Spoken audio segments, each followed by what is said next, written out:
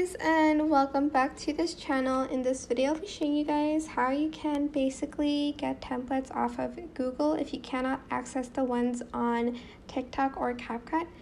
I will tell you right now, the templates are quite limited because it's not in the app itself, but you can use a couple of templates. So open Google and search the one you want, vacation CapCut template.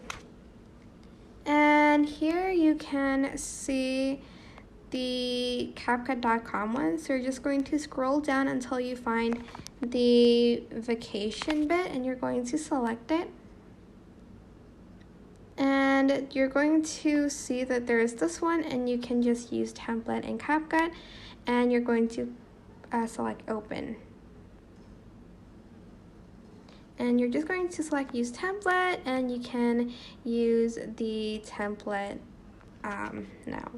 But that is basically it. I hope this tutorial was helpful for you guys. Don't forget to like, comment, share, and also subscribe to this channel if you haven't done that already.